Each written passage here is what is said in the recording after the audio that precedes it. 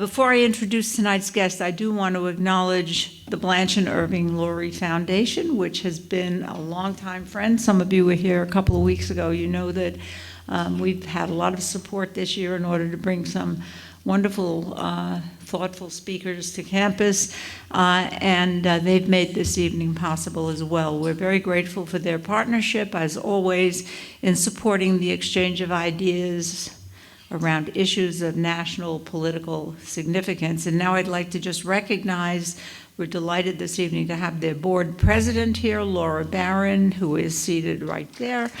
And thank you, Laura and the foundation. This is not David Frum's, I said something like this recently for those of you who were here for our last event. This is not David Frum's first appearance on an Eagleton program. He was last here in 2004, 14 years ago.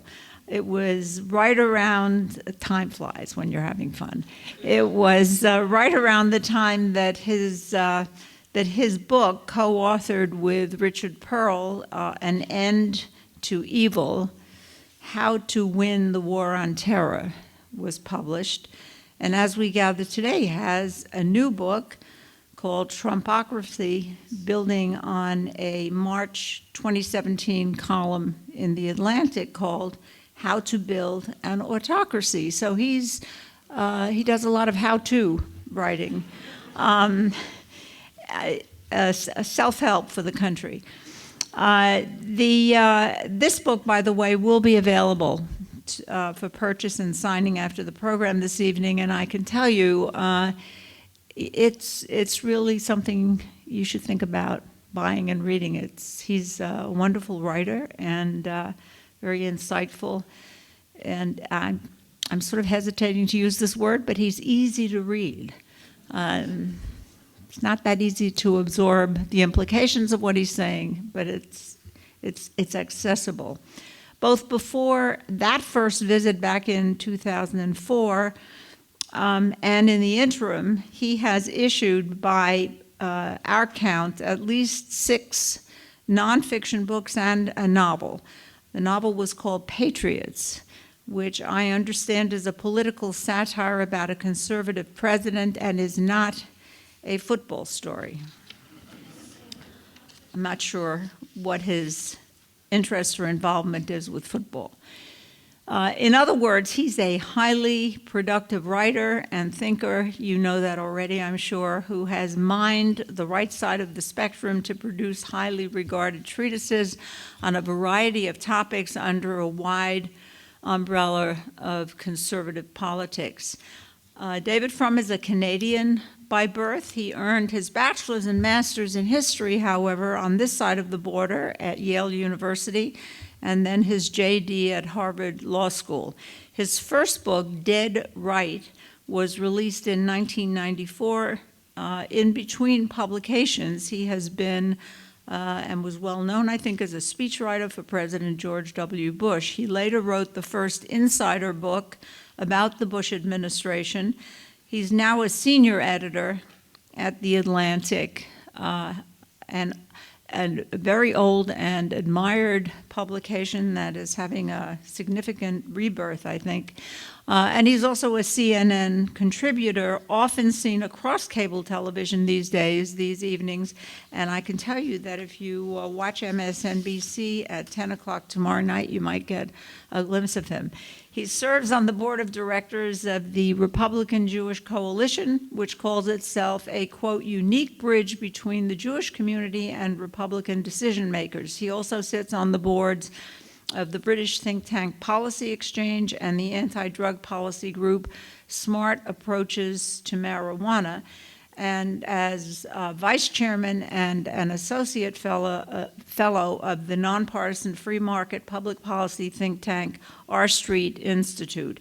David Frum is among those thoughtful observers, more than thoughtful, deeply intelligent, thoughtful observers whose perspectives I look forward to hearing, and as I've hinted, sort of, I do see and hear on TV almost nightly these days, he's being called on so frequently for his commentary, as we're all sorting through the complexities of the news these days.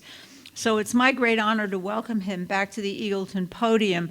And before I actually bring him up, I just want to say that he's going to make relatively brief remarks, followed this evening by a slightly different format. We called it a conversation that looks a little bit like a traditional structure, and it is, but we're going to have a longer than usual Q&A, the first part of which is going to be devoted to some questions from Eagleton students who are here ready to ask them, and then open to the larger audience. So there'll be time for a number of exchanges. And now it is indeed my pleasure to welcome to the podium and the microphone David Frum.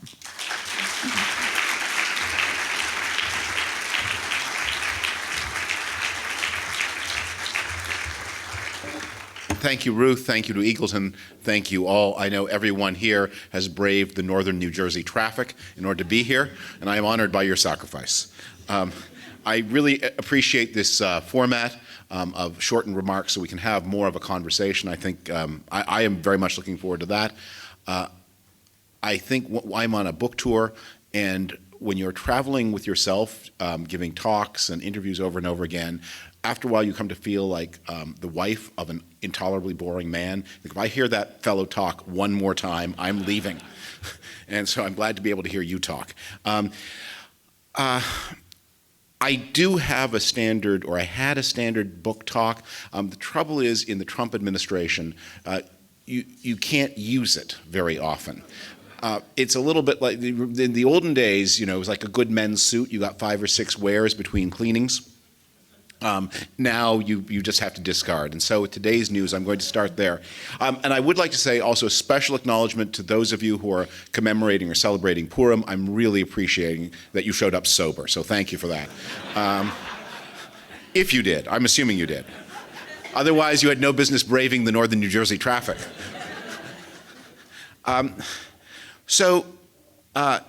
Today, the President of the United States proposed at a televised meeting with members of Congress that police should have the power to remove guns without process, gun removal first, due process second, from anyone that the police believe to be likely to misuse the guns.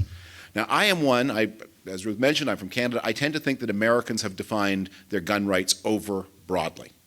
But even I, and I think everyone would say, the idea that the police can seize any instrument from any person at their sole discretion with no process at all, that's going a little far.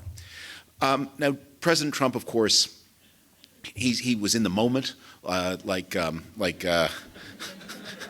Belushi in Animal House. He was just rolling with it.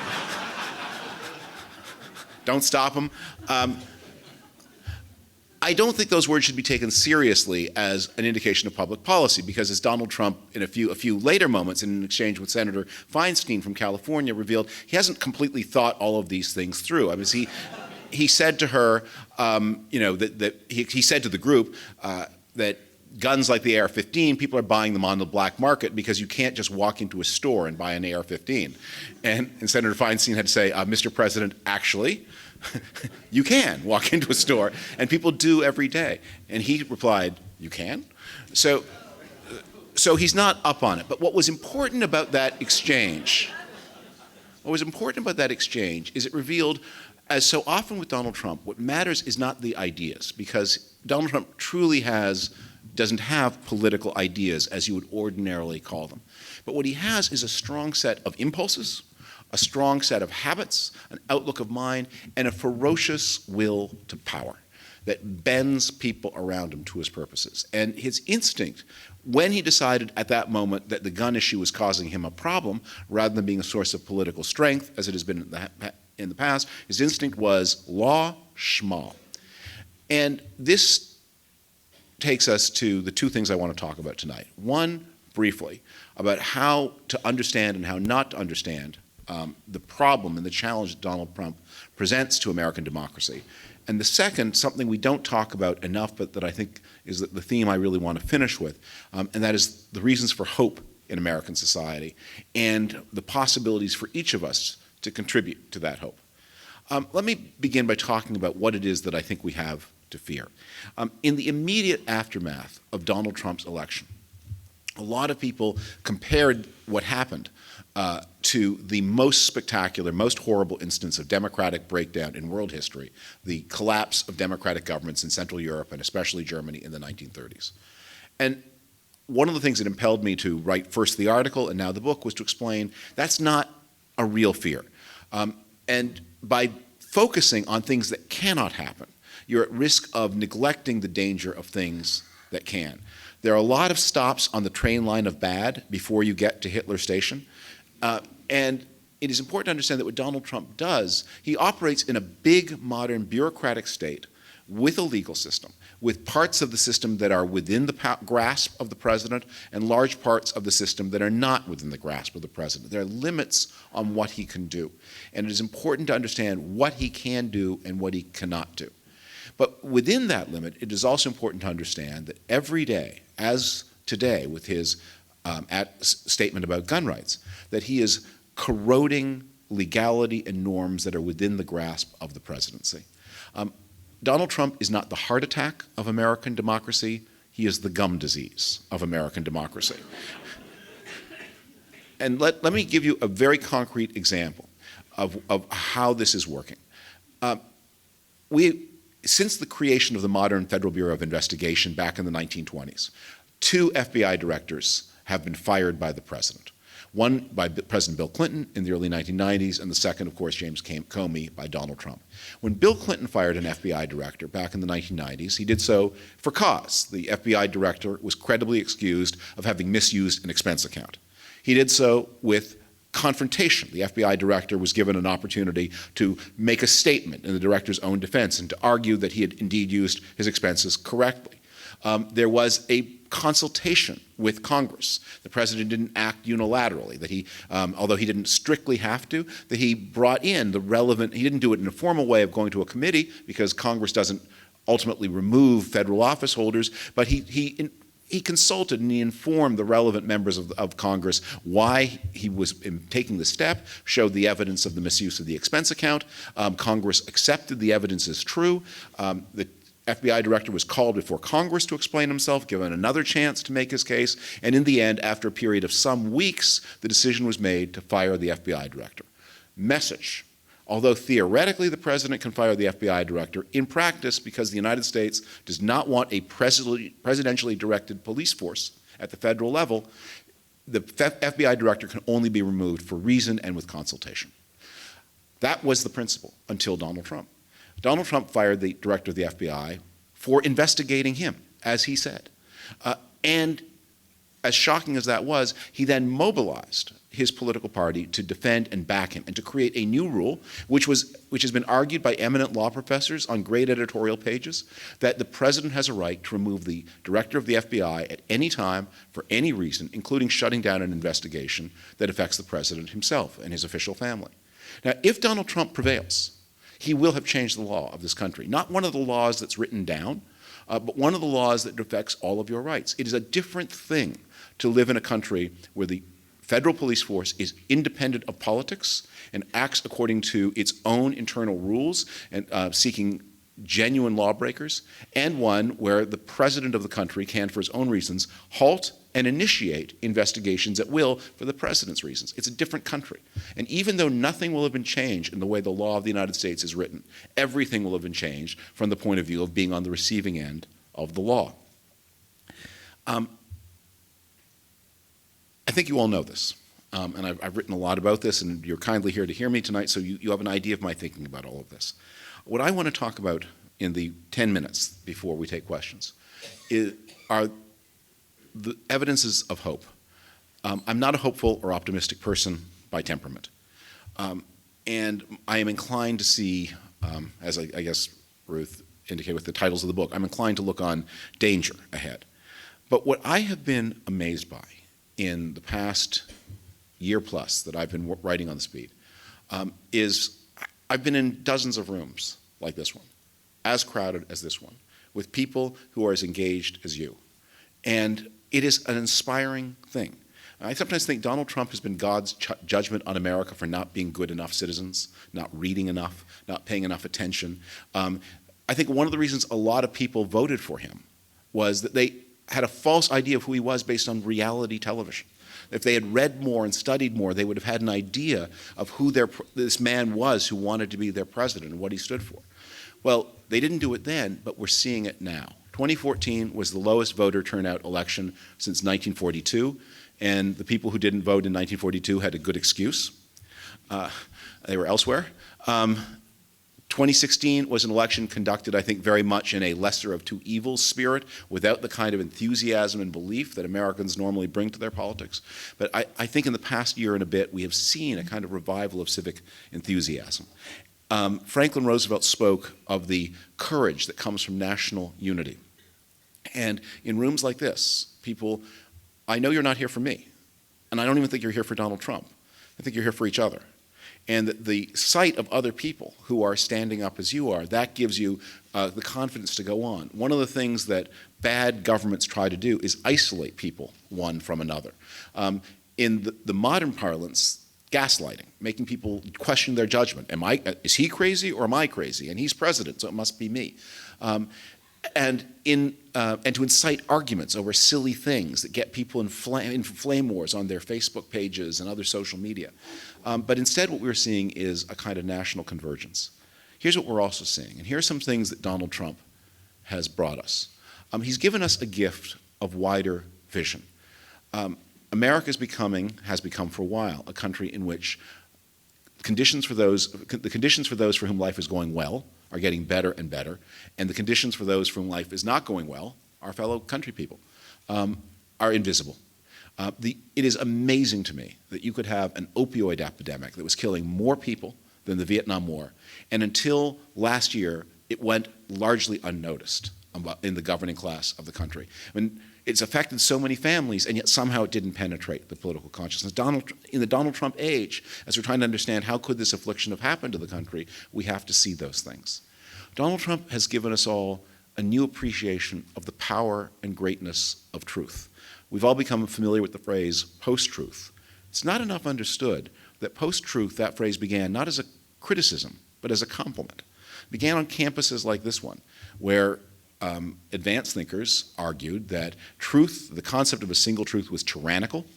It was an enlightenment fallacy. It was overbearing. What we needed to do was to break the concept of truth and substitute the possibility of truths, multiple truths. Oprah Winfrey was reflecting this academic thinking when she spoke at the Golden Globes this year about your truth and your truth. And I don't want to say there's nothing to that, because obviously there's some power to that idea. But in politics, what we've discovered is the opposite of truth isn't truths. The opposite of truth is lying. And democracies can't cope with lying, because in a tiny aristocracy where 400 people make the decisions, they will all be pretty well informed. But in a democracy where we count on hundreds of millions of people to cast a vote that affects their lives, they can't know personally the things they need to know. They can only know them through flows of information, through mass media, and from their own government. And they have to be able to rely on that information as accurate. Not 100%, because nothing human is perfect, and the best journalists make mistakes. And indeed, the better journalists sometimes make more mistakes because they are sometimes pushing the frontiers. The test of honesty and integrity in journalism is not never making a mistake, but correcting your mistakes rapidly, being open to truth. That journalist whom Trump always talks about, who wrongly reported that the Winston Churchill bust, he didn't report it, who wrongly tweeted that the Winston Churchill bust, the Martin Luther King bust had been removed from the West Wing, which Donald Trump uses as an example of how the press is full of lies. He corrected that tweet within 15 minutes. His view had been blocked, and the bust had been moved to a different place. So he didn't see it in a familiar place, and the room was crowded. You couldn't see exactly where it was. And then he wrote a column for the next print edition of Time magazine explaining how he'd made his mistake and how he was embarrassed about it and how he was sorry and the things he'd learned. And that's the self-correcting process. You make a tweet an error, you correct it, and then you self-examine, how did I get that wrong? I think we've all gotten a better understanding of the difference between fallible but legitimate and honest journalism and official lying. And we've also come to see the danger that is posed when people in officialdom are empowered to lie. Many of the lies of the Trump era begin with good motives. They begin with the more honorable people in the administration, the McMasters, the Kellys, the Mattises, trying to protect the country and the world from knowing things that would be very damaging if they came out. But the cumulative effect of lie after lie is to break the possibility of democratic sovereignty. And that is something that millions of Americans are waking up to. And we have seen at every legitimate news source a huge increase, not only in the number of readers, but in the intensity of the readers. Another of Donald Trump's gifts has been to make us, across the Western world, understand that we're in this together. That the techniques and methods used by the Russians to intervene in the American election are the same methods that they used in France next and in the countries of Central Europe before. And that we face both within ourselves, we face common problems and challenges to democratic government in all the countries of the Western world, the winners and the losers from globalization, the stresses of demographic transition and immigration, those are universal things. And we also face common challenges, and that we cannot solve them alone. That many of our European friends have often yearned for a world in which America looms smaller. Now they're getting it, and they don't like it. And they, like we, are discovering American leadership is indispensable to a world that functions. We have learned the importance of the invisible defenses that we get against this kind of attack, that threats come not only in the form of tanks and rockets, and against which you need an army and a navy and a coast guard and an air force, but that in the modern cyber era, threats come over the wires, and you need agencies like the National Security Agency and the FBI and the CIA to stand on guard.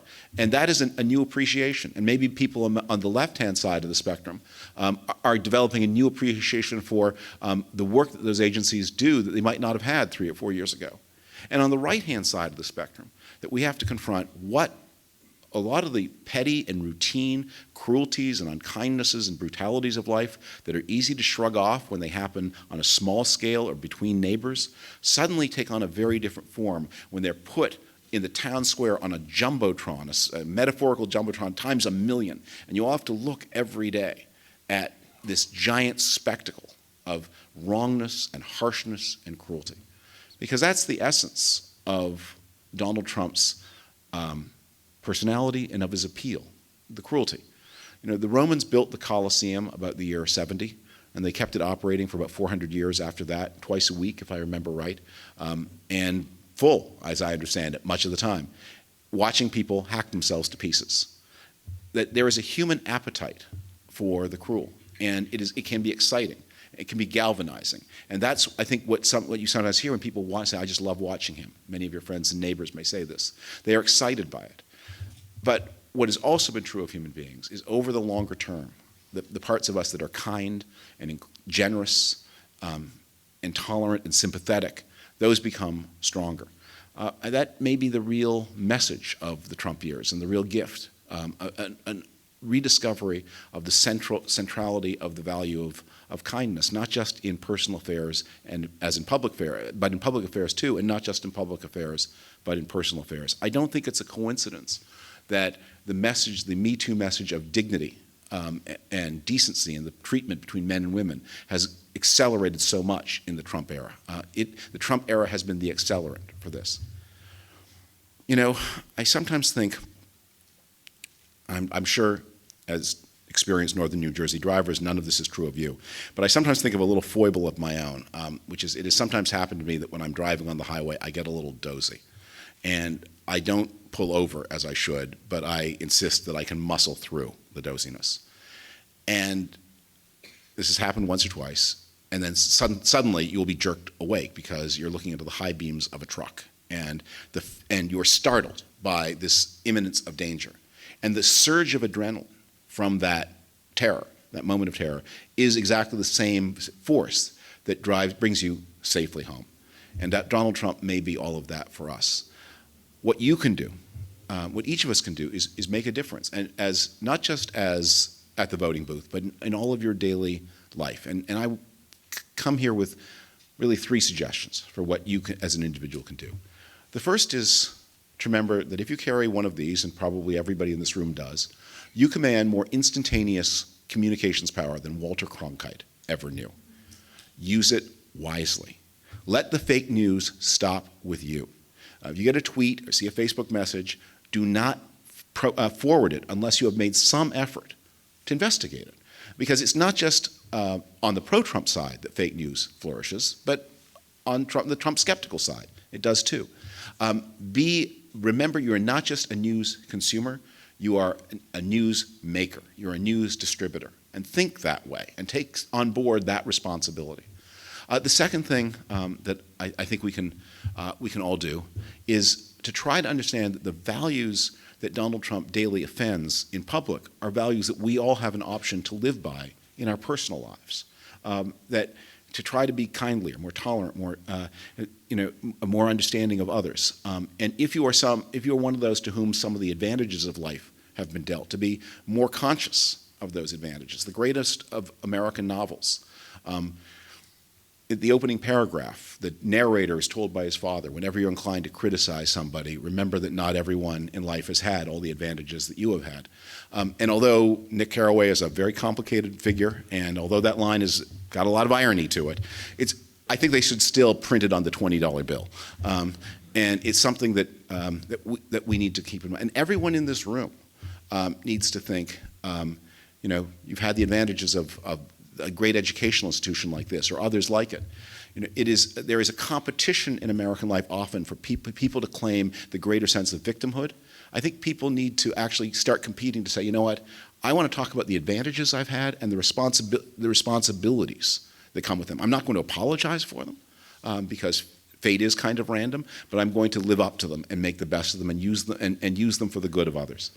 And then the last thing I think that we can do is keep in mind always the possibilities of a new kind of politics.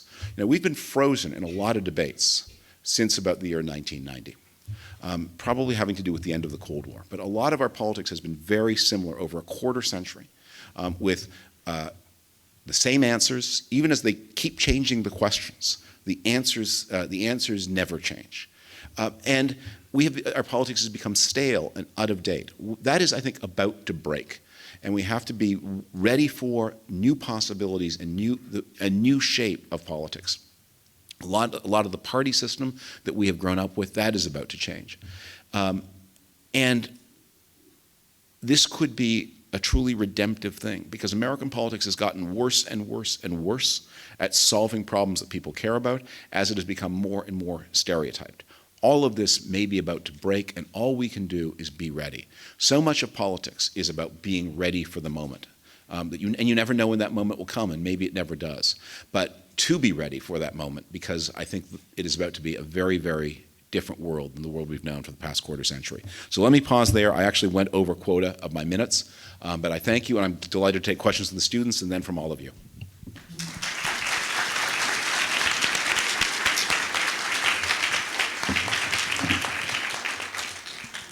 So thank you. Before I turn it to the students, I just want to, if you'll just indulge me, I'd like to start with one question that, if you'll forgive me, I'm going to read the dedication in the book. So the book is dedicated to my children, and then their names. You teach me more than I taught you. This battered world your elders bequeath you, you will make it better. In admiration and love. And when I read that, it's very moving, and it was very familiar to me in a somewhat different way. I've lived through years and decades of people standing up at meetings. We used to do this all the time. Early in the days when there were women in, women's meetings, women in politics meetings, the kinds of meetings I went to many years ago when we established the Center for American Women and Politics. And women would get up and they would say, well, the situation is the way it is now. between men and women, but I'm going to bring up a new generation of sons, and these sons are going to be different. They're going to learn from what's happening, and the relationships will be different. And in fact, largely, that has not been true. There are some incremental changes, but it is so, it's not easy, but it is a way we turn. And in the recent horrible situation that we've seen in Florida, it's unbelievable, fascinating, hopeful to see what these students are doing, but it's that same kind of impulse. They will save the world that we have not.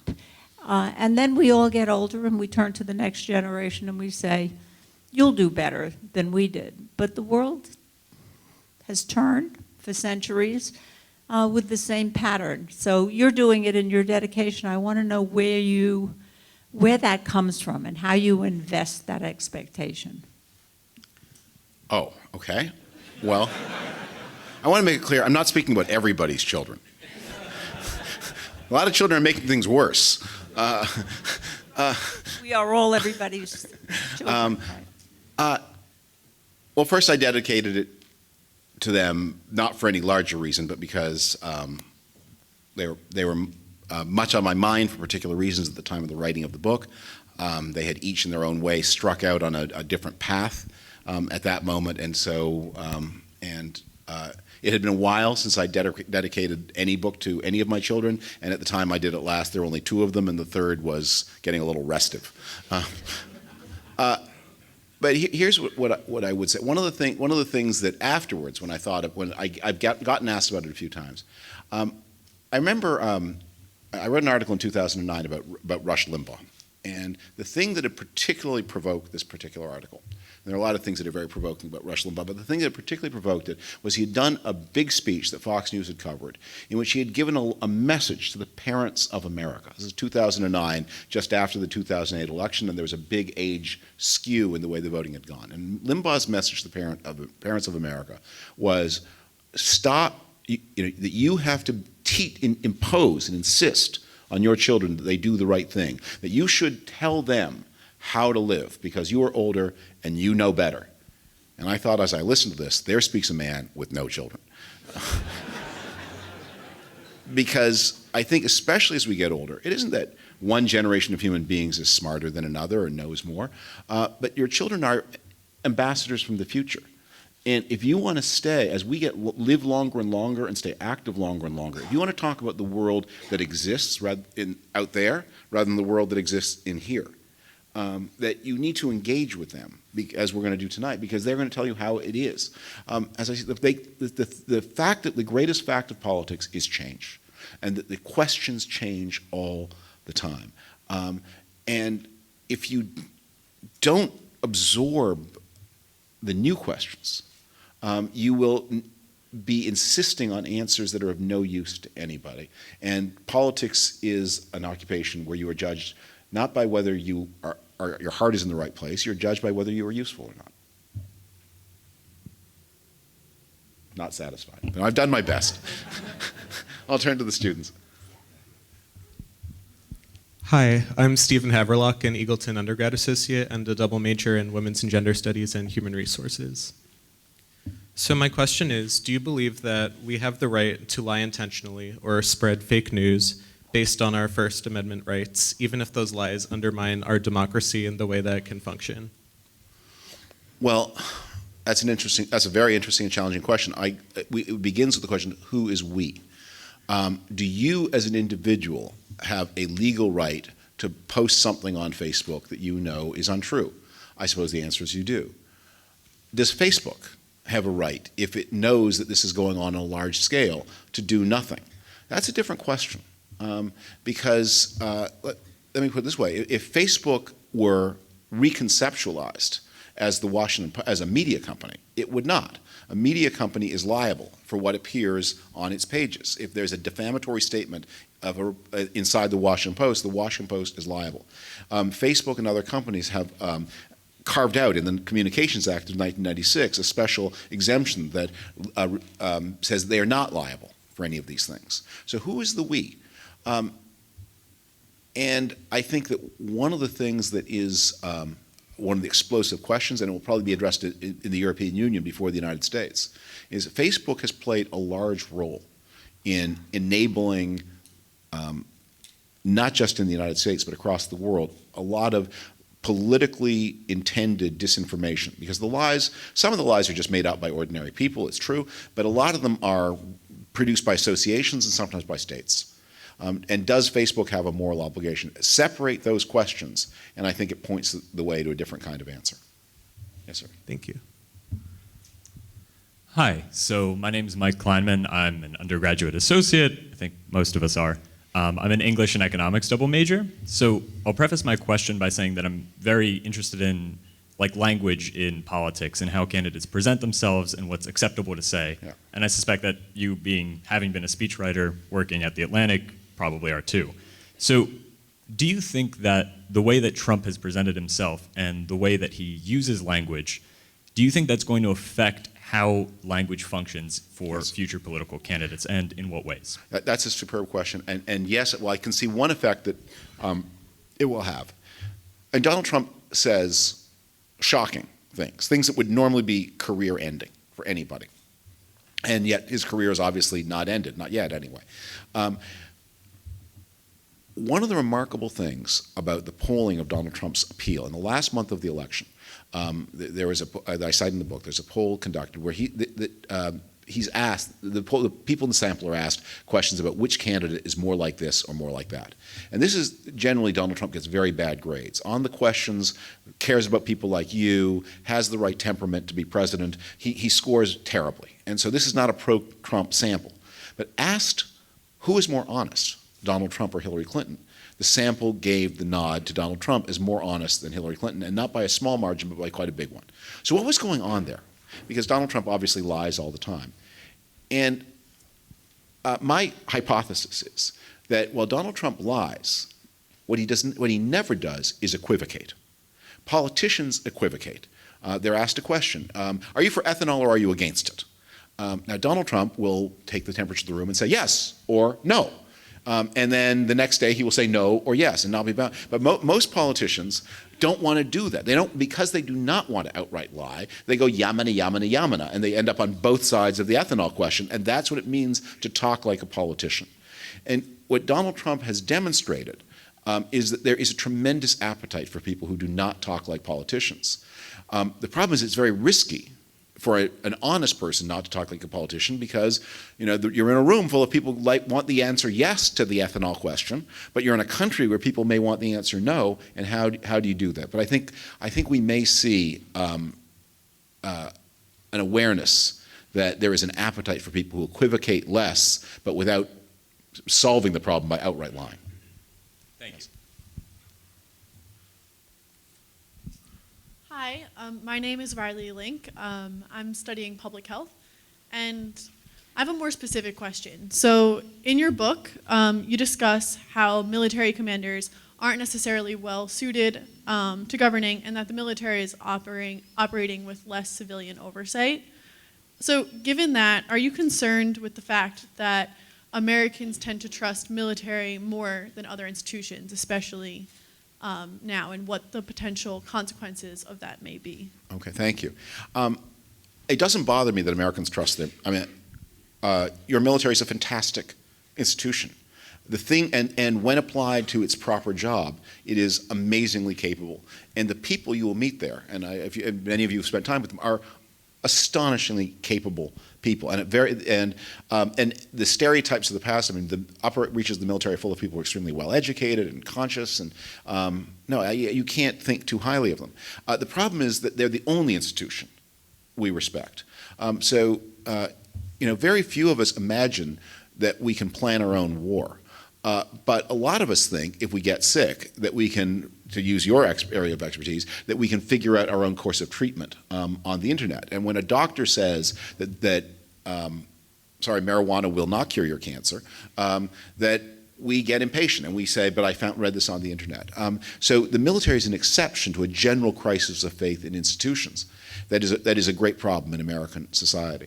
The danger in the Trump era is precisely because they are so capable and so honorable, in an administration where the average level of competence and ethics is not so high, that the military is tending not only to get more power, but also to get more autonomy. And you see again and again how the military is responding to the Trump era by separating itself from the rest of the government and ignoring civilian control, because it's getting a lot of orders that it regards as unacceptable in one way or another. But after the Charlottesville incident, where every commander of every service found some way to post a public statement of criticism of the president, I think probably a lot of people found that heartwarming. But that's a terrible precedent. It is not the job of the military to say, these remarks the president made, we find them unacceptable. And for all of them to do it at once in a way that's coordinated, and I understand it has to do with their recruitment and managing, their force management, but it's dangerous. And what we are seeing, this is one of the real risks of the Trump era, is that we are seeing that these agencies and the intelligence agencies, which have always been a little uncomfortable with civilian supervision to begin with, are escaping. Let me give you one very dramatic example of what I have in mind. From the end of World War II until the middle 1970s, Congress did not supervise the CIA and FBI at all. They were supervised by the presidency and not very closely. After the revelation of the scandals of the middle 70s involving both the FBI and CIA, Congress created these intelligence committees, one in the House and one in the Senate, to supervise the agencies. But the agencies didn't like it. They would be leaky, that there would be partisan wrangling. But for half a century, the committees more or less lived up to everybody's hopes. They have been, by and large, not leaky. The people on them have been carefully selected to be a cut above the usual member of Congress. Watching the performance of the House committee in particular over the past year, if you're at the CIA, you think they're leaking. They're leaking untruthfully. They're leaking for partisan reasons. They are attacking the agencies, especially the FBI. How forthcoming in future will those agencies, which never liked reporting to Congress anyway, be to members of Congress? And what is lost when the FBI and CIA decide, we're going to not share as much with Congress as we used to? It's very hard to know what they're up to. A lot of their cooperation is more or less voluntary, and that cooperation may be less forthcoming in the years ahead because of the clownish antics of Devin Nunes, but it's not going to be Devin Nunes who loses as a result. We all will. Hi, my name is Dana, and I wanted to know, how do you think bipartisanship functions today rather than it did 20 years ago? Thank you. What has happened over the past generation is in your parents' or maybe your grandparents' time, your party identity didn't always map very closely to other things around you. That there are Democrats and Republicans who own guns. There are Democrats and Republicans who are Catholic or Protestant, who went to church or who didn't. There are Democrats and Republicans who lived in cities or lived in the country. It was a part of your identity that had a very contingent relationship to the other parts of your identity. What has happened in recent years is that being a Democrat or Republican has become, for many people, the most important thing about them, and a thing that links to everything else. So if you're a gun owner, you're a Republican. You live in the country, you're a Republican. You live in a big city, you go to the museums, you're a Democrat. And that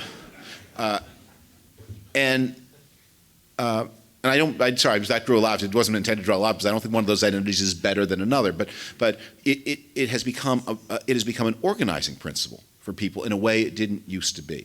I think you've all seen. There's this famous statistic in which people were asked, "How would you feel if your son or daughter married a member of the other political party from your own?" And in 1960, about 5% of Americans cared, and today about half care.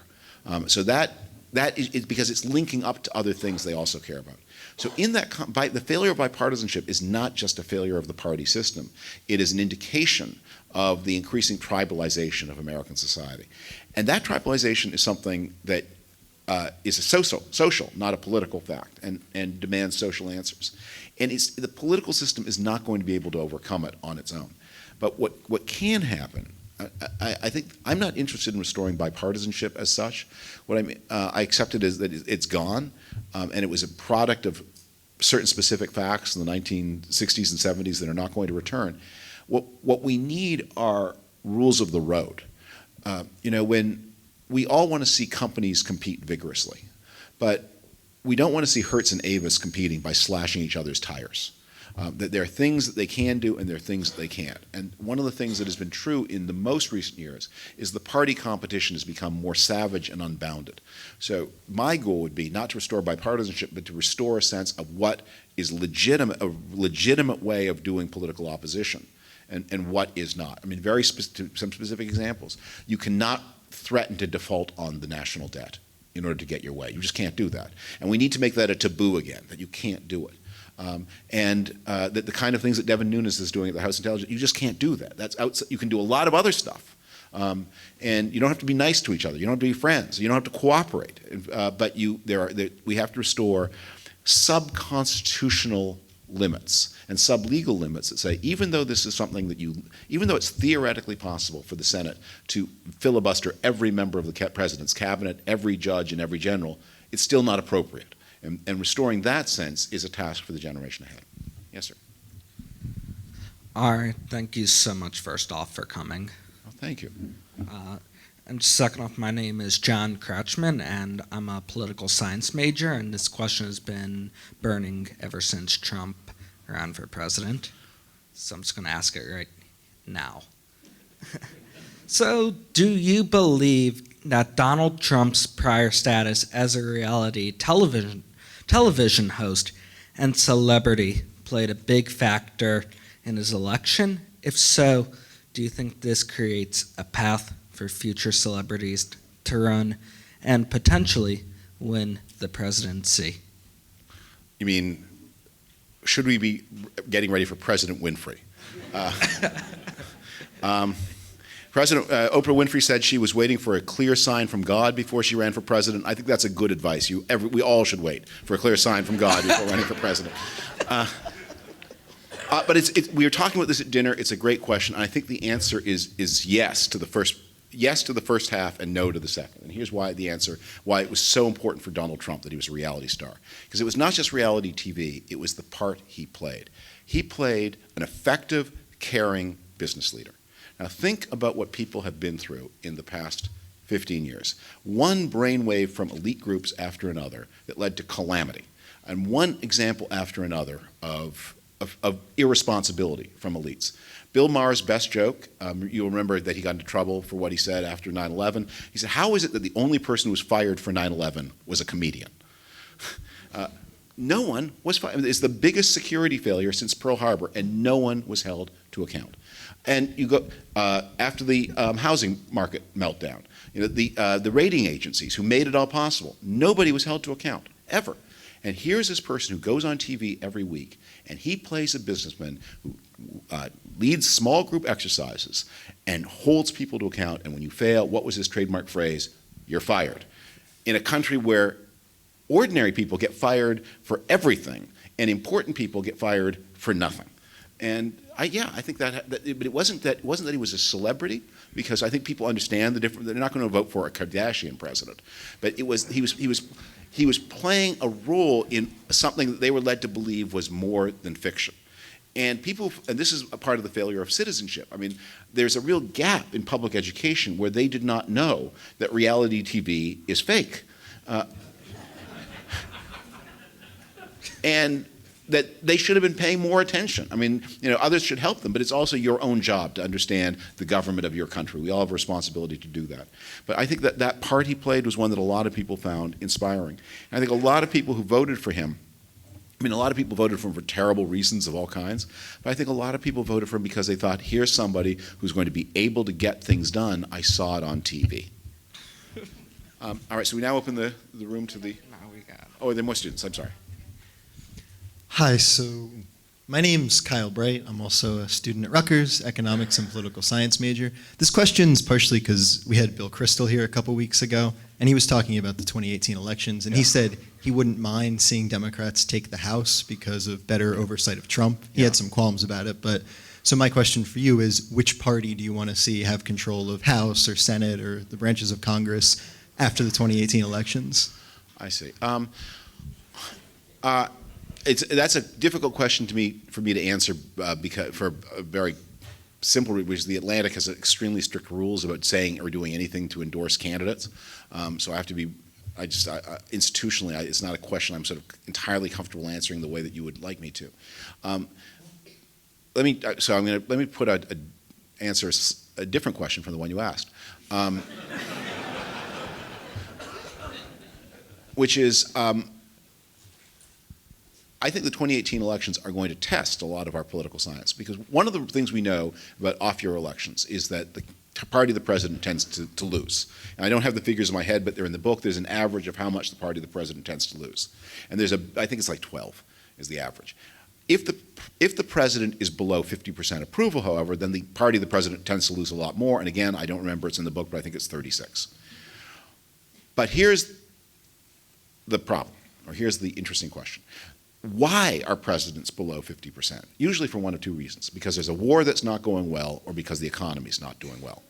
What if the president's below 50% because people just think he's a jerk, but the economy is doing well, and there isn't? I mean, the United States is engaged in combat operations all over the world, but there isn't a major war on, and it's not perceived to be going badly. If the president is under 50% for reasons that are different from the normal reasons of politics, how does that bleed back into the congressional elections? We're about to find out. But it is not unimaginable to me that the Democrats don't do as well as people think. One more thing. Right now, it feels like the gun issue is going to work for the Democrats for the first time. And there's a lot of reporting that says the normal rules of politics are suspended, that normally the pro-gun side, which is the minority, cares more, and the gun-skeptical side, which is the majority, cares less. And this time, a lot of people are saying, no, it's different, they're going to be mobilized. But what if between now and November, the usual rules reassert themselves and the gun issue becomes a Republican advantage rather than a Democratic disadvantage? And a lot of Democratic senators in red states, which is who the field is in 2018, find themselves in trouble because of it. So the assumption that this is a big Democratic wave that is coming, I mean, there are a lot of reasons to expect it, but there are some, I think, more profound reasons to wonder whether all of those rules that have held in the past will hold this time too. Hi, Nick Polita. I was wondering, what differences have you perceived between how members of Congress interact with President Trump and how they interacted with President Bush, both on a professional level in terms of lawmaking, but also, to the extent that you're aware on a personal level? Okay. I can certainly answer that about President Bush, and from Donald Trump I know what I see on TV, actually. So I imagine I'm not in a room with a lot of people who are very sympathetic to George W. Bush, but Bush you don't get even to be governor of a state, never mind president of the United States, without being pretty good at reading people, and not just what they say, but what they really mean. And George Bush was a very sensitive reader of members of Congress, what they needed, and what they could do. And the result was, and he was a very convivial person, easy to get along with, and he also understood the kinds of things a politician must always honor. There are a lot of commitments in politics that everyone understands. I'm going to balance the budget. Well, maybe you will, maybe you won't. But if you say, I will be there for your fundraiser, you have to be there. And George Bush understood that, and he built it was a family business. He was in the second generation of it, and it had been built through these codes of mutual obligation. And people also knew, the other difference was, there were issues he cared about a lot, and there were issues he cared about much less. And so on the issues he cared about a lot, he would lead, and on the issues he cared about less, he would defer and let Congress lead. And that meant his relationships with Congress were transactional, but the role of the president in the system was always clear. So what is going on? Donald Trump has no priorities in Congress. It's really kind of amazing. Remember, he cannot be trusted. He can't be trusted by Republicans. I mean, what he did to the Republicans at today's gun meeting, probably most people in the room are unsympathetic to the Republican position, but just put yourself. I mean, your Second Amendment people, this is your commitment. This is the party's commitment. The president has insisted. And then you sit in giving everything away and mocking you, saying to Pat Toomey, the Republican senator from Pennsylvania, the least gun enthusiastic Republican in the Senate, that you're afraid of the NRA, insulting him to his face in front of the TV cameras. I mean, how do you deal with members like that? They obviously have no respect for him, and you can't do transactions with him. But what he's offered them instead is, because, unlike George Bush, who had things he cared about more and things he cared about less, Trump is completely absent from the field of public policy. So he offers them this intoxicating deal. If you will give me impunity for my misconduct, I will sign whatever bill you send in front of me. And they say, well, we don't like you, but we like power. Yes, sir. Hi, I'm Carlos Hurtado. During your time with the administration, with the Bush administration, you were very vocal about your support of the war in Iraq. What was your reasoning behind the decision? And looking back on it now, do you think you made the right choice in supporting the war? I'll give you a short answer and direct you to a longer. I've written a lot about this. I've got a website called davidfrum.com, and there's a button under journalism where I've written a lot. I've gathered a lot of articles I've written about this and other things about which I have different thoughts. I think it would be more accurate to say I was an outspoken advocate of the war after I left the administration. Inside the administration, you're not supposed to talk, but when I came out, I was an outspoken advocate of the war. I believed that Saddam Hussein was imminently on the verge of getting very dangerous weapons, and I also believed he was a threat to the peace of the region. He had invaded Kuwait in 1990. He nearly did it again in 1994. He'd started a war with Iran in 1980. In the upheaval that was obviously coming after 9/11, he was going to be a dangerous actor. I think we have seen through the Arab world that dictators like him create conditions that lead to explosions in their society. That's the story of Libya. That's the story of Syria. I took for granted two things. One was that the weapons were real, and two, that the United States would have an effective plan for keeping order in Iraq afterwards. And it wasn't, had we been having this conversation in 2002 or 2003, I wouldn't even have said those things, because I would have just assumed they were true. And both of those things did not turn out to be true. And so the war spiraled out of control. I continue to this day, I have very mixed feelings about it, because I don't know. One of the things about politics is you never know what's behind door number 2. And I don't know what the Middle East would have looked like if the United States had said, right, what we're going to do instead is we're going to stand back and watch the sanction regime deteriorate as it was deteriorating, and wait for the Saddam Hussein regime to come to its natural end, which would have looked a lot like Syria. Would that have been better? I don't know. I don't know what's behind door number 2. As for we say regrets, I think one of the things I'm a huge believer of in politics is when you've taken a public side, if you change your mind intellectually about something, and I've changed my mind about things, I think you owe people an account. But if you've taken a stand and other people just haven't liked it, you just have to take your lumps on it.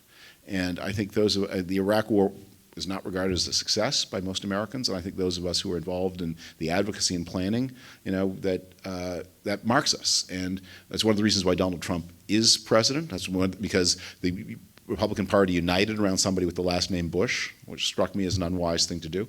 No disrespect to Jeb Bush, who's a very attractive figure in a lot of ways. But I take my lumps on it. Hi, my name is Sophia. I want to know in what ways you think Trump and the news media in all its forms have a sort of mutually beneficial symbiotic relationship. Yes. Okay. When you think, that's a fascinating question. When you think news media, you mean the New York Times, CNN, the prestige media. The most important media company in the country is Facebook, and some of the others are Reddit and Twitter. And maybe the New York Times is in the top 5, but most of the other things that you think of as traditional media, they're very important for people like those in this room, but they're not how this nation gets its news. So I think when we think about media and its problems, we need a much more expansive definition of what media is.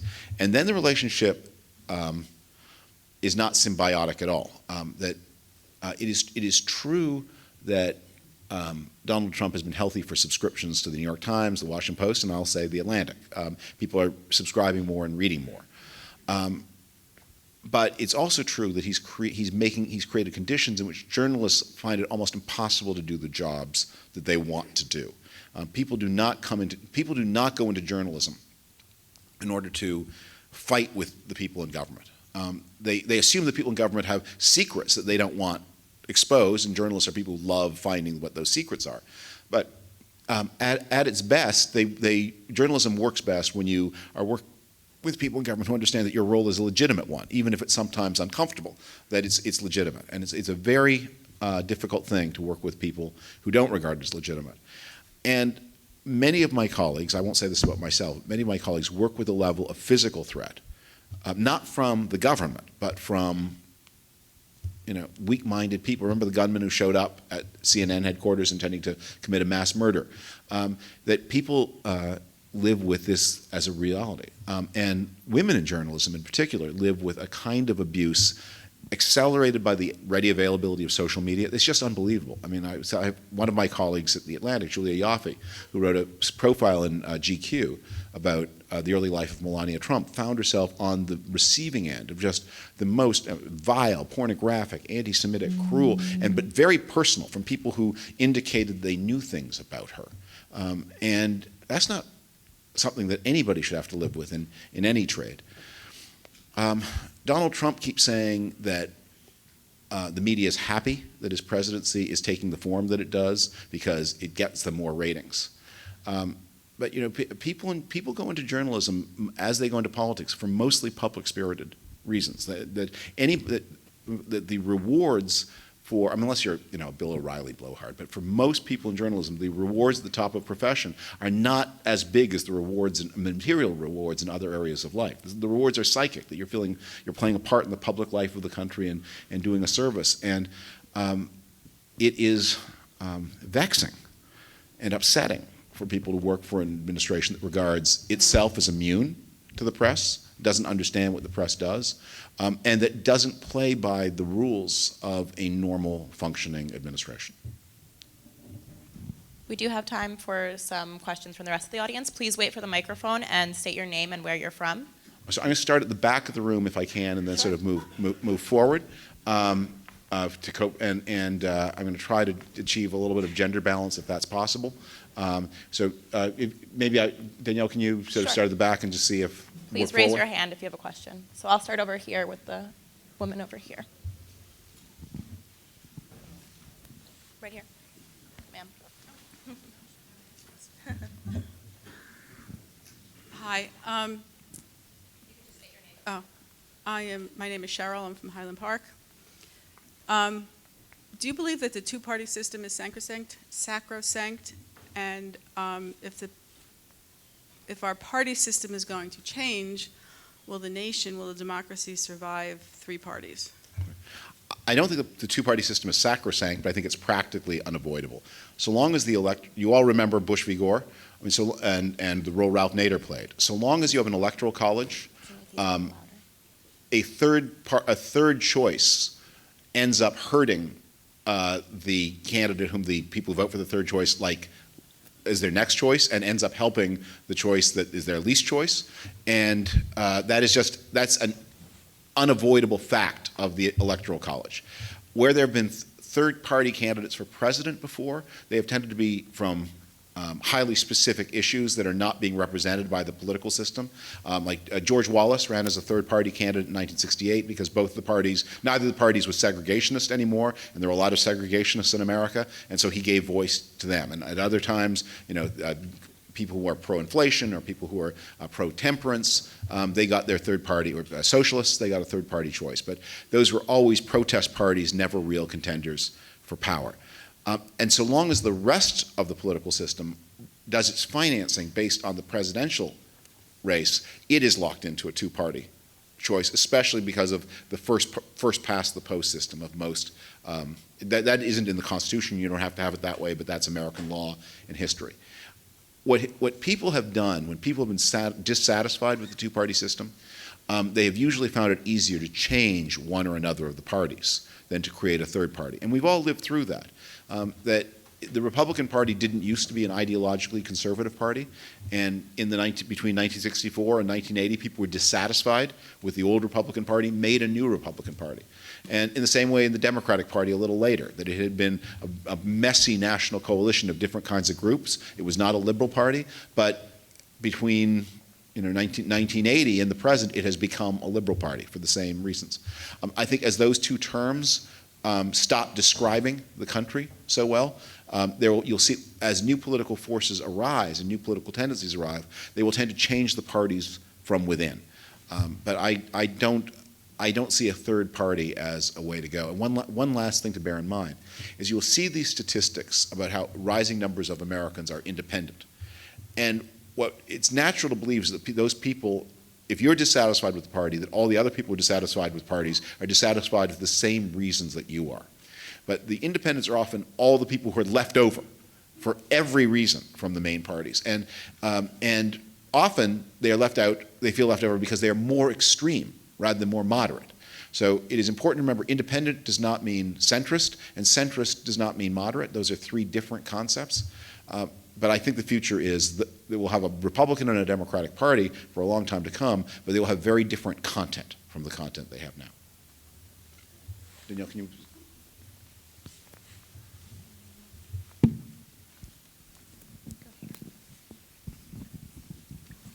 Hi, my name is Brad. I had a question following up on your comment before about the Republican Party and their power and how they treat Trump and the relationship, because early on it seemed to me that they were repelled by Trump's actions, but now it seems something far more insidious is happening, and that is he's a useful distraction while they are able to push through their agenda much more quietly, and it's really forming a total head fake on the country as to what's happening. But what bothers me is it seems like the Democrats are stupid. They just take the bait time and time again, that they are still made up of that party of various liberal interests. They're not unified around any single one, and they're being taken apart by them. And my question to you is do you see any change in that? Because the way they're going, there's no way that they're going to win this next election or the one afterwards, because they have no leadership around a common cause. That's a fascinating question. Look, I'm not in the business of offering advice to Democrats, but here's something I observe. It's always a problem when you're the party not in the presidency, that you don't have, American politics no longer has ways for the party that doesn't have the presidency to make unified decisions. There was a time when you had the head of in the Democratic Party, even if it didn't have the presidency, the head of the AFL-CIO and the head for Americans of Democratic Action and other pressure groups like that would have a conversation, and they would be able to influence collectively the party. But those mechanisms don't exist in the modern world. And the result is, this is just an inevitable feature of the way the modern congressional system works, is you have multiple voices and multiple interests. The biggest Achilles heel of the Democratic Party is the gap in interest between those Democrats who are focused on 2018 and those Democrats who are focused on winning the Democratic primary in the spring of 2020.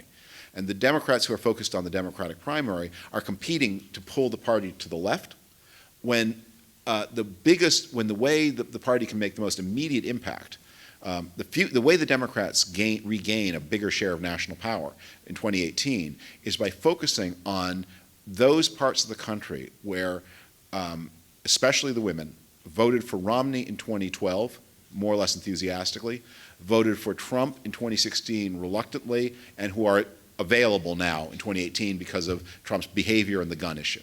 The suburbs of Philadelphia, and suburban Milwaukee, and places like that. Disaffected parts, the parts of California that are not rural but are sort of the Republican seats in coastal California, the remaining Republican seats here in New Jersey. Those are the places where the Democrats make their obvious pickup in 2018. And that requires one set of approaches, but the interests of the 2020 class point to a different one. And the way the Democrats, I thought, got really mousetrapped was when they got they got mistrust by the government shutdown. Because here was something that through the Obama years, the Democrats had pointed to as a sign of Republican irresponsibility and unseriousness. They should never have used this tool. This is about restoring the taboos. This is a tool never to use. And then they got mousetrapped on how they used it, because they went into the government shutdown for two reasons. And you should never in politics have two reasons for doing anything. Because you lose clarity. They had two reasons. They wanted to force the revival of the Children's Health Insurance Program, and they wanted to do something about the DACA population. The Republicans, as soon as they shut down the government, instantly surrendered on the CHIP program, as it was predictable they would, turning the shutdown into a shutdown over the DACA population, which is exactly where the class of 2020 wants to be, but not where the class of 2018 needs to be. I think this is one of the places where you as citizens can make a difference. That in that world where there isn't a head of the AFL-CIO, and there isn't a head of Americans for Democratic Action, and there isn't a room, that citizens working together can talk to their representatives about what the game is. And basically that means that leave 2020 to its own devices, focus on 2018, and keep in mind always that the place, the ripest place for the Democrats to be is, well, down the road in Pennsylvania. I talk about this in the book, that both Trump and Pat Toomey won 1.2 million votes in the state of Pennsylvania. But Toomey ran 200,000 votes ahead of Trump in the Philadelphia suburbs, and Trump ran 200,000 votes ahead of Toomey in the rest of the state. So those 200,000 people who voted for Toomey but not for Trump, and the 30,000 more who might have done with a little bit more effort, those, that's the place where the Democrats can reap their most immediate gains, but those are not Elizabeth Warren and Bernie Sanders voters.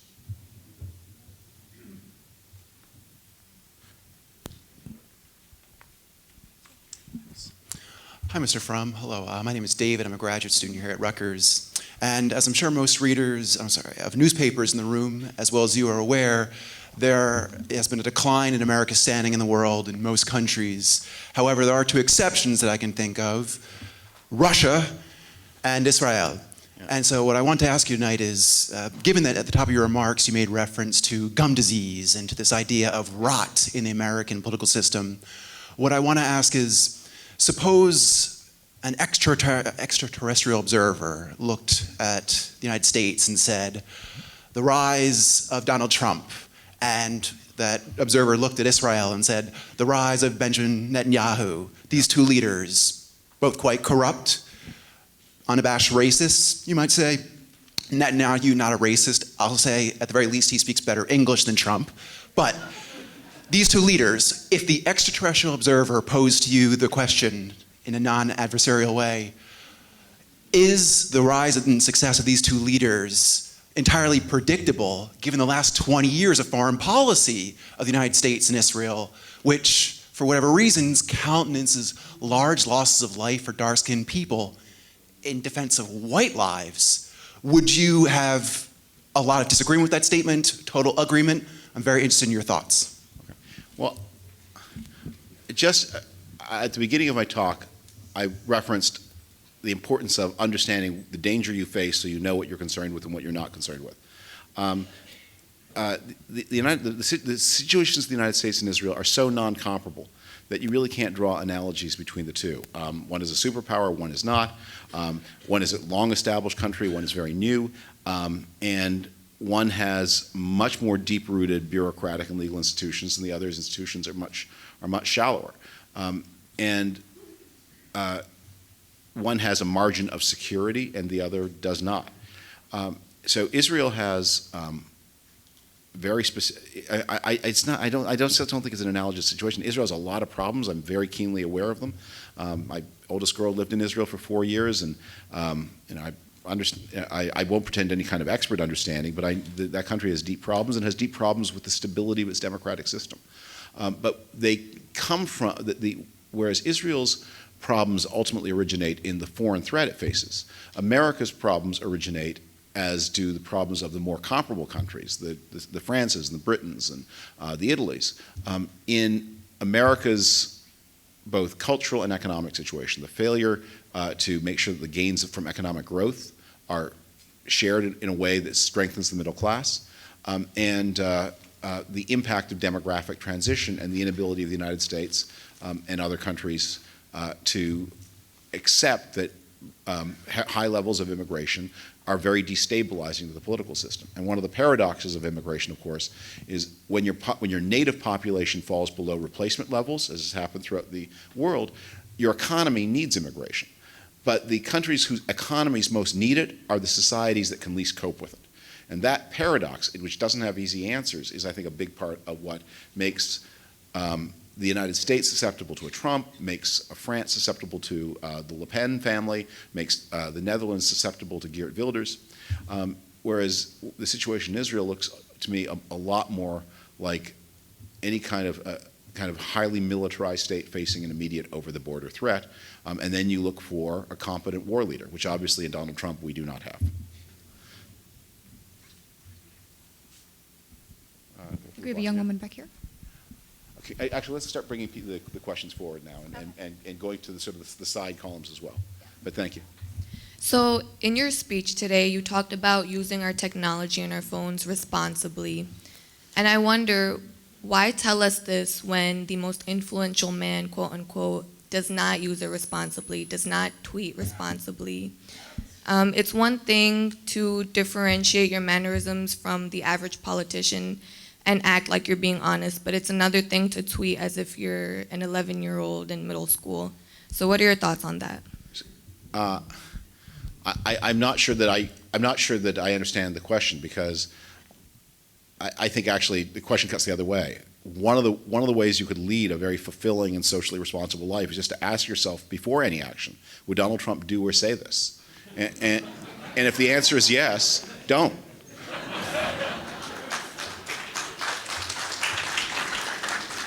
But maybe, let me hear I think I hear a question underneath your question, which is this. And I had an experience, I was at a political event in California this summer, and I was saying some of the same things I was saying here, and somebody came up who was very much an activist type and was very angry with me and didn't like what I was saying.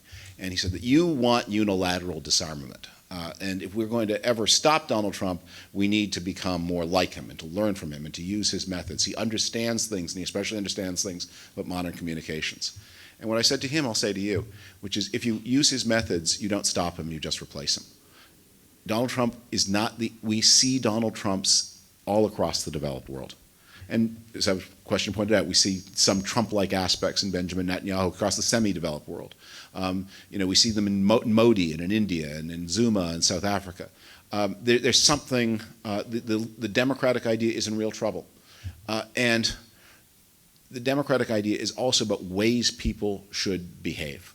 And it's about limits that you want to see, because you want to see them on people who disagree with you, you accept them for yourself. Because in a democracy, everybody gets turns in power. And you want the people who have the power at any given moment to accept limits. And that means you have to accept limits.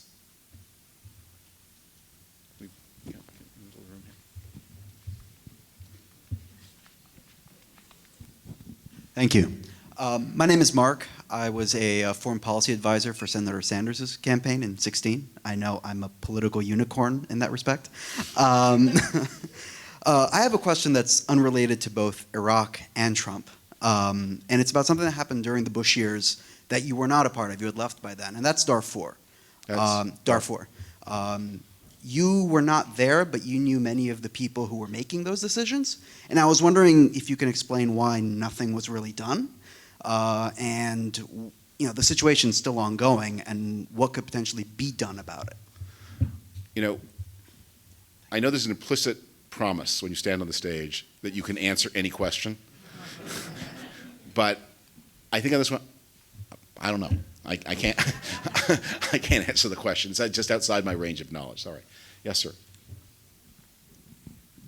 This man here. Okay.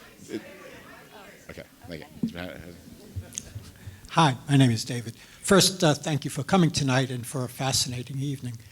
I wanted to circle back to the issue of lying again. Having the American people lied to is nothing new. It's been happening probably since the beginning of the country. Remember the Maine got us into the Spanish-American War, and the Tonkin Gulf resolution in Vietnam and WMDs in Iraq. And we've been lied to on really big issues of great import. Now we're being lied to about everything, of things of no import, crowd size, how much money he earned last year, and so on and so forth. Could one argue that this is really so much less dangerous because fundamentally nobody believes him? If he were to say to us that there are WMDs in some country and we have to invade them, we'd say, get out of here. Because he has no credibility. Okay. Whereas when we were told things in the past, we kind of believed the government, and if they said something, we followed it. Okay, so we're in a university, and we can, and so that's a provocative question, and it invites a lot of thinking. And could one argue that? Yeah, one could argue that. But here's what I would say is sort of different. You're right. Politicians lie, usually for reasons of self-preservation. Presidents lie because they often have something in mind that they want to do, and they don't think that the country will follow them. Franklin Roosevelt lied all the way into World War II, and lied again. And in the end, what presidents make a gamble with those kinds of large lies that history will absolve them. And in Roosevelt's case, history really did. In Lyndon Johnson's case, history did not. I don't believe that George Bush lied about WMD, but I believe he was overly credulous. It wasn't that he, unlike Johnson, who knew the truth about the Gulf of Tonkin, I think Bush deceived himself about the WMD, and then the country was misled. But be that as it may, but here's what is different. When Lyndon Johnson lied about the Gulf of Tonkin situation, but he gave you the tools to confront him, because he never insisted that there was no difference, and when you could demonstrate that the Gulf of Tonkin hadn't happened the way the president said it had happened, that meant something. Results ensued. It had consequences. Maybe the president himself was dug in at that point, but for his own political party, that there was a standard by which to compel action. And there's a standard by which to organize not just like-minded people, but even people who didn't agree with you. That a lot of people who thought that North Vietnam was a threat to the West would also insist, of course, that what the president says has to be so, and if what he said wasn't so, then we have the legal basis for the wars and jeopardy and so on. What is happening now is a dissolution of those standards, and it's an attack. So it's not so much an abuse of presidential power, it is that, but it's also an attack on the way the entire executive branch functions, because no one can trust anything. The executive branch, people inside the executive branch can't rely on what each other says. And meanwhile, you have built a whole third of your country for whom being lied to is a normal part of life. I mean, we just had a very dramatic example of this with the story about the CNN town hall questions. Is everyone familiar with this incident? So Fox News accused CNN of manipulating the questions at a town hall. It's not the most important thing in the world, and TV is fake, but as it happened, the basis for this rested on the deliberate falsification of a member of the audience. So Fox, which leaned very far forward on making this accusation against a competitor, had to step back, except they didn't. Like there's a kind of mumbled, oh well. That they have created a knowledge community for a third of the country, which is now which regards statements as entirely judged by their political usefulness, divorced from any standard. And that, I think, is not true of any of the things you mentioned before. Roosevelt assumed if he was right about Hitler, the country would forgive him for his many deceptions on the way to fighting Hitler. But what he never counted on was he would get into the situation and no one would remember or care, or that you could go on denying it forever, and the whole idea of what is truth would begin to be dissolved. We have time for one more question, so we can leave time for the book signing. So maybe right here. Yeah, maybe since you're both side by side, maybe both speak, and I'll try to. Okay, I'll try first. My name is Susan Haig. I'm with Civic Story, a nonprofit news site. I have a question about civics and civic learning. You mentioned the low voter rate, and a lot of people regret that there's no longer teaching of civics in schools, although I think we'd all agree that one ninth grade course is hardly going to prepare people for the complexities of self-governance. So I'm just curious as to where you see the responsibility, essentially, for teaching those habits and knowledge and best practices of self-governance. It's a very sophisticated concept. Do you think it's with parents? Do you think it's with educational institutions? And do you think it's partly with the news media? Go ahead. I'll try to meld them. I'll work them together. I'm not sure you can, though. And then you have a question about monetary policy, and we're gonna. No, my name's Marie. I'm a PhD candidate here at Rutgers. I have to tell you, I'm a big Trump supporter. I just could not pull that lever for Hillary. I just couldn't do it. My question for you is with what happened with Trump, with FISA warrants and weaponizing the intelligence agency, what do you think of the former administration? Okay. Let me take the first question very briefly, and then let me deal with the second one, because I'm glad you're here, and I thank you for the question, and thank you for being here and for being challenging. So as to the civics, think about your own children and how you raise them to be functioning adults. It's not through a formal curriculum. It's through a process of, from earliest infancy, treating them that they are valued and that what they think matters. And then ask yourself how much of that is going on for the less successful two-thirds of society. Are their children being raised to believe that what they think matters? People become responsible. They acquire a sense of responsibility from having a sense of that their decisions will have consequences for themselves and for their immediate community. That's not the way a lot of schools operate. That's not the way a lot of life operates. So I don't think, I agree with you, I don't think you can do it with a civics course. In former days, and when America was a more rural society, the great school of civic knowledge was the jury. In small towns, everybody had to serve on one sooner or later, and they had power over a fellow human being, over his property, maybe over his life, over his freedom, maybe over his life. And from that jury experience, they learned how to be citizens. And how few of us serve on juries anymore. So if we're thinking about how do we do this, I think we should be thinking about how do we make our children feel that they matter. As to look, I did not vote for Donald Trump, but I did vote against President Obama twice, and I have a lot of complaints against the Obama administration, and I think both at home and abroad. But on the matter of the FISA warrants, I can't agree with you. It was obvious to everybody. I don't have access to secret information. I could see the next president, the next nominee of the Republican Party was engaged in contacts with Russian intelligence that were completely ominous, and he was surrounded by people. And the idea that this would not trigger warnings, when Henry Wallace ran for president in 1948 and his campaign was penetrated by Soviet agents, when Charles Lindbergh was thinking about running for president in 1940 and accepted a Nazi medal, these were things that gave real cause for alarm. I mean, where I think where a lot of Republicans who want to defend the president are backing themselves into is they're making an argument that a lot of the defense of this turns into this case that this man, Carter Page, who was signaling his availability to be used by the Russians as an agent, and who was limited by his own incompetence and foolishness, and maybe never quite became a Russian agent because the Russians regarded him as too useless. But he was behaving in ways that are an objective security risk, and that every conservative and every Republican would, if that person had been on the left, we would recognize the symbols.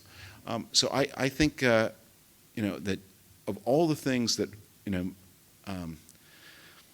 a very conservative person. I have a lot of as I was saying to some of the people here, I mean, I share still a lot of the sympathy for the foreign policy and the actions of the Bush administration, which I served, and the life I've led since 1980. But for me, the fundamental organizing issue is the national security of the United States. And if a threat to national security shows up inside the Republican Party, I'm not going to explain it away. I'm going to feel it more because those are my people. Okay. Thank you. Thank you all. And thank you.